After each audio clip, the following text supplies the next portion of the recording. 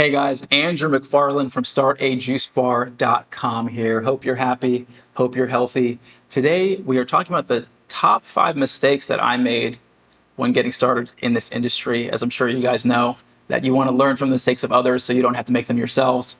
But before I dive into today's topic of conversation, if you guys are new to the channel and you don't know who I am or what we do, over the last decade, myself and our company has run our own juice concepts as well as supported hundreds of people all over the world.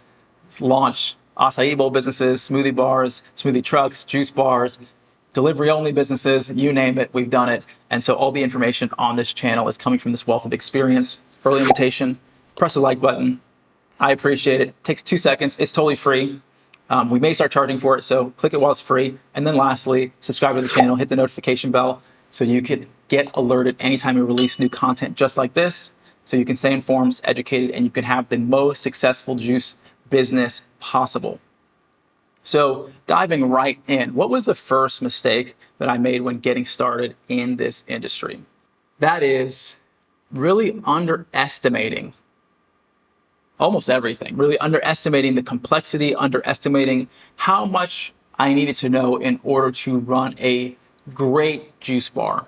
Now, I always make the distinction that anybody can start a business, right? It doesn't take a rocket scientist to open a juice bar, but it takes a lot of intention and understanding to do it well. This is why a lot of businesses, as they say in food service, 90% of them or so fail within the first 5 years. It's because a lot of times people just don't know what they're doing. I underestimated, what it took from a system standpoint, right? What kind of paperwork I needed in order to actually make sure the business was flowing correctly, what my marketing strategy should be, how I needed to brand the business. I just underestimated a lot of things. I thought, you know what? I make juices and smoothies at home. How hard could it be? I can just make these for more people. And that's not the right thought. So if you're thinking this, definitely reach out, get some support. At any stage, if you need anything, reach out to me personally, Andrew at StartAJuiceBar.com. Happy to discuss how we can help you. But that was the first mistake I made, is underestimating what it took to really be successful in this business. And the last thing I want to say about that is it's not to say that it's impossible. I say all this to scare you and think it can't happen. Trust me, there are many people who make it work. Many of them are clients who are now having multiple locations, but it does take some level of understanding. And generally, it's not as simple as we think it is. Okay, so that's the first thing. What's the second thing? I underestimated the importance of branding. Okay. Some of you may or may not know what branding is, so I'll just quickly explain that because I had a conversation with someone recently and they were like, what is branding? So basically, your brand is the full spectrum of impressions that your customer, clients, and community have about your business. So your brand isn't just your logo, your brand includes your logo, but it also includes your customer experience, your brand voice, right? All of the visuals, your store design, literally all of the impressions are going to leave your customer with a feeling. In essence, this is what your brand is. How does your company live in the minds and hearts of your community? And is this unique enough to be compelling to them to want to tell other people or engage with your business on a regular basis? So for me, I understood, design, branding, these things are kind of important, but I really didn't get how important they were. And let me tell you this, the last thing I'll say about it is that companies who are branded well and marketed well always do better than companies with good products that are marketed and branded poorly. So you can have a worse product than your competitor, but if you're branded better and you're marketed better, you will outcompete them. Because why? The first thing that people see and experience is your brand and your marketing. So that supersedes and precedes the quality of your product. They will never try your amazing product or the thing that you believe is amazing if they don't trust and like your brand and your presentation. Okay, so that's the second thing that I learned. What's the third lesson? It was having a menu that was too large and too complicated. Okay, oftentimes, what is our thought process as new juice bar entrepreneurs? And I get it. Okay, we think, I don't want to turn a customer away. I would hate the idea that somebody comes to my business and says, hey, do you serve such and such? You sell, healthy vegan donuts? And for you to go, oh, no. And then they leave because you don't want to lose a customer.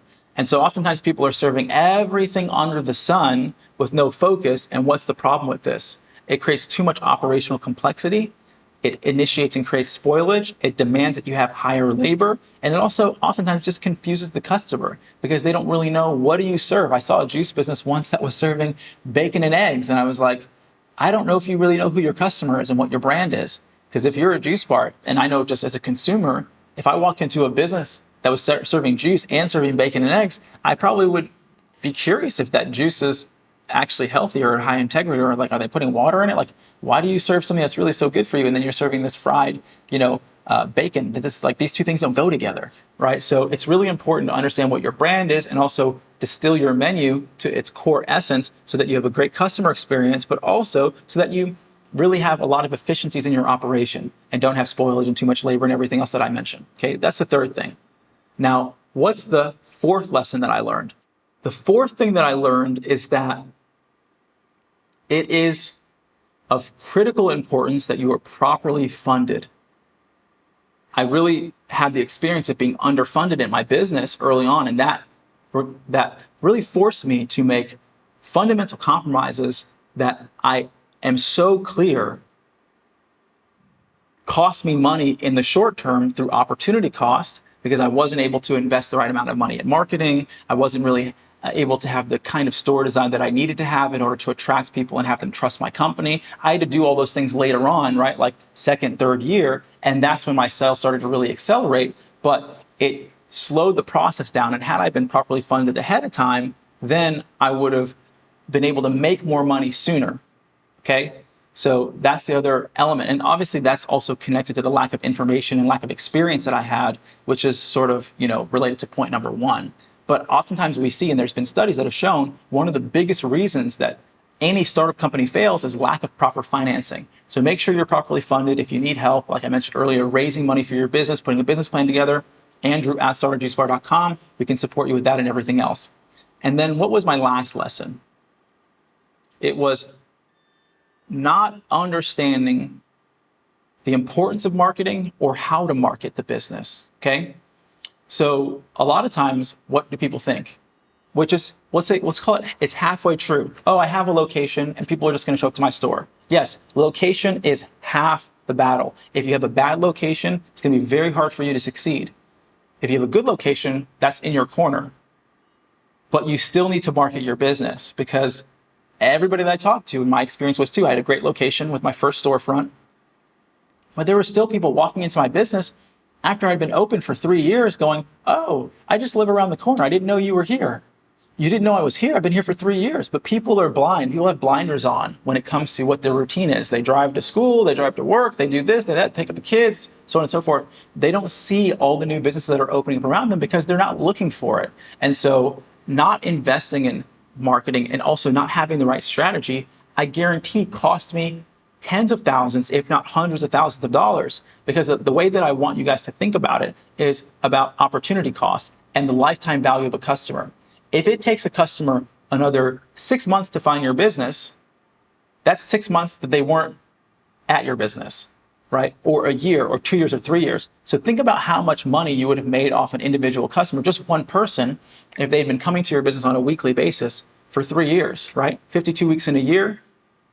Let's say they spend $10 each visit. For one customer, that's $520, right? And you aren't going to profit, obviously, all of that. It's not going to your bottom line. But on the top line, that becomes a significant amount of money. If you can multiply that one customer by 10, 20, 30, 100, because you've invested properly and appropriately in your marketing up front and have the right strategies, then the amount of money that you're going to make long term is exponential. So if you need support with that too, we manage a lot of our clients' social media marketing accounts and ad accounts and all that stuff. So please reach out to me. Happy to help you with that. But these are really the 5 key lessons that I learned early on and mistakes that I made in the business.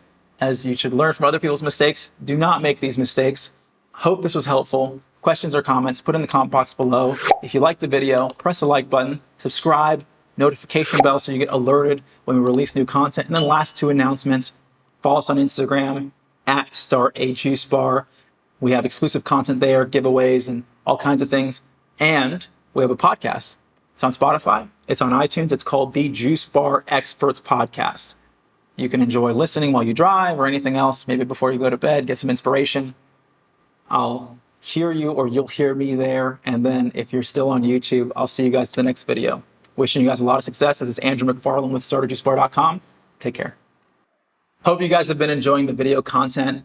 If you're inspired to learn even more about how to start your juice business from scratch, for you, we have a free ebook. It's called the 15 Steps to Starting Your Juice Business. And this is going to go through a high-level overview, through a step-by-step process on how you get your business off the ground. Everything from, branding, menu development, finding the right location, and more. This is going to be a clear roadmap so you know how to go from where you are all the way to opening your store.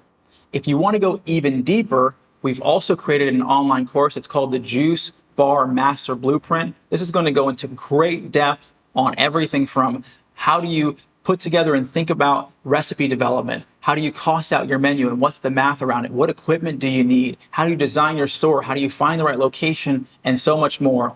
I know you're going to find a lot of value out of both of these. There's links in the description below. So I hope to see you guys at the next video and enjoy.